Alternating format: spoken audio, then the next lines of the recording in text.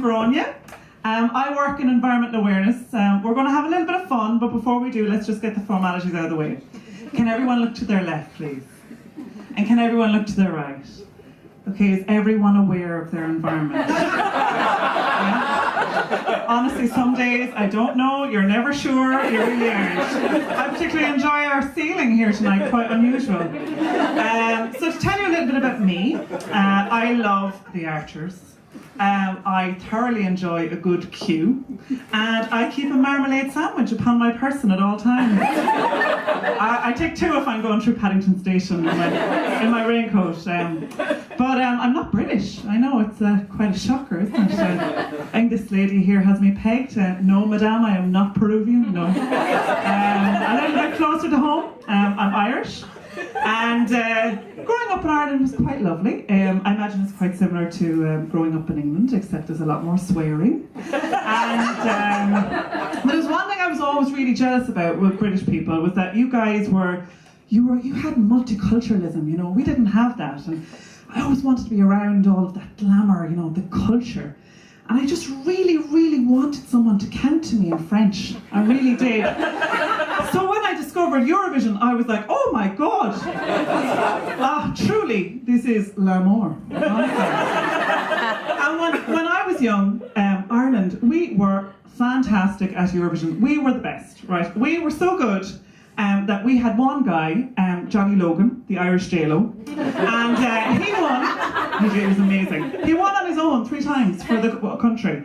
And we got so confident, we started exporting musicians to other countries to win for them. Norway in 1995, anyone? Great year, great year. But of course, all good things must come to an end, and Eurovision essentially, they ruined the fun by introducing a little thing called democracy. Yeah. And all of a sudden we didn't win anymore, you know. We haven't won since, and you know, it really was all a lie. Nobody had actually liked us. We were all, poor Ireland. It was desperate, honestly. But nowadays, my relationship with Eurovision is a little bit like, you know, the kind of relationship you have with a dodgy ex-boyfriend, you know. He's still in the glory days. You're just trying to get on with your life. But every May, he comes and whispers in my ear. He would say to me, Grania, come back. This year will be different. You will feel loved. There will be political intrigue with the Russians. There will be a piano on fire. And there will be a live wolf on stage that may or may not eat a contestant. And of course, people, who wouldn't go back? Who wouldn't go back? I'm won over by the bright lights, the terrible jokes from the hosts, and all of that counting in French. Ooh la la. But at the end of the night, it's a sad picture, folks. It really is, you know. I'm there, clutching my flag, my dreams, and my null point close to my chest. Disappointed yet again. And where is Eurovision? You know where he is. He's off making out with that Estonian. She survived the wolf attack. So we all vote for her. Okay. But it's not all bad though. In its own strange way, Eurovision has prepared me for a career in sustainability. You need to be an unreasonable optimist to survive neither. And I am a climate optimist, people. But for every climate optimist, there's a climate pessimist. And these people are drawn to me. At house parties, they find their way to me. And we have this little interaction, same every time. So we'll start off, and this will be our climate pessimist. And he says, hi, I'm John. 98% of all climate pessimists are called John. And John will say, oh, what do you do? And I will say, hello, I'm Grania. I work in environmental awareness. Have you looked around yourself lately? Now, John will take on a serious look on his face. Once he knows what I do, he's like, oh my God, I have some serious grade A party banter to share with this guy.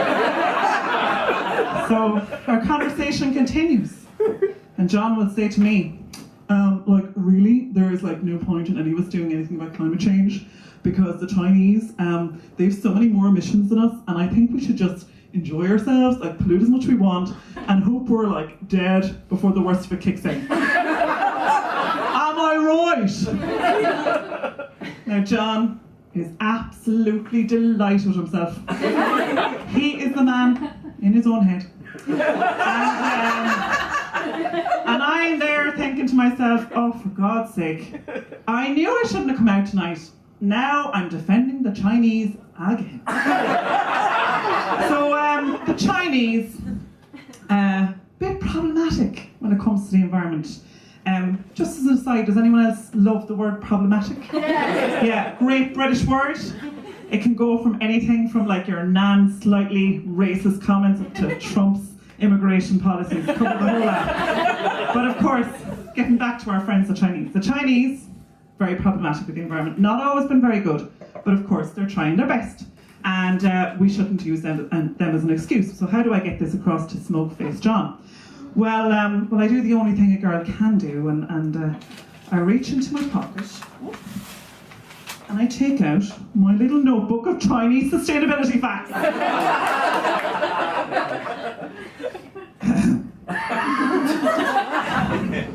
Chinese sustainability fact number 1. This year, China will plant a forest the size of Ireland to protect their wildlife.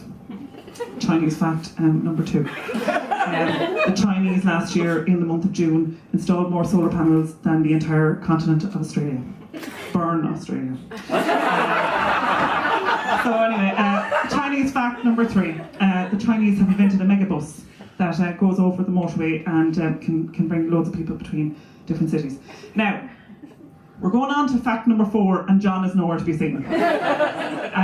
I would like to think John is off in a corner, thinking how he should take responsibility for his own life and not be blaming the Chinese. But you can never be sure. You can never be sure. He's probably gone to get a beer far, far away from me. Now, but I think this is a little victory, folks. Like, there's truth getting out there, you know. But I'm only one person. And I'm really trying my damnedest to go to every house party, but like, I can't do it all. Can't do it all, folks. Can't. Like, the Macarena is killing me. But anyway, but I think we need something bigger. I really do. I think we need, God, we need to get that message out there. Like, I wonder, we need something huge. We need something international. Perhaps a television event. One with a competitive edge and producers that aren't afraid to go mad inclusive and convince us all that Australia is in Europe. Yes, people. We could make something great even greater. I give you all Sustain-A-Vision.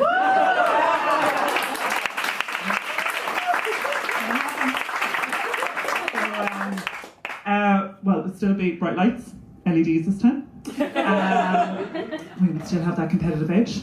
And the thing I'm most excited about, we could learn to count in more than one language. We really could. I believe we can do it. So what would it look like? Well, I foresee the Danes and the Dutch fighting it out in a huge cycling flash mob, showing off their infrastructure. We've had river dance, folks. Are you ready for pedal dance? It's going to be like from the ear, it'll be good.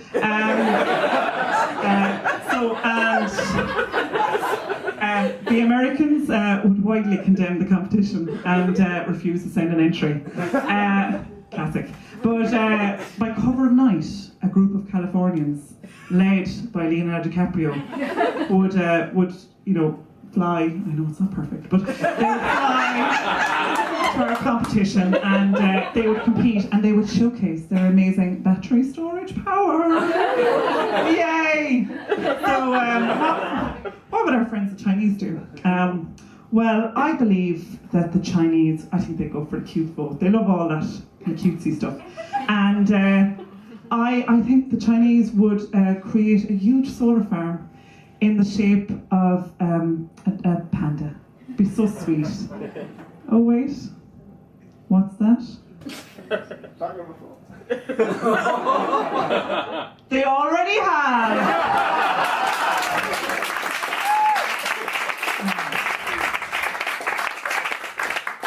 Stick that in your pipe, John, but do not smoke it because it's bad for you and it's bad for the environment.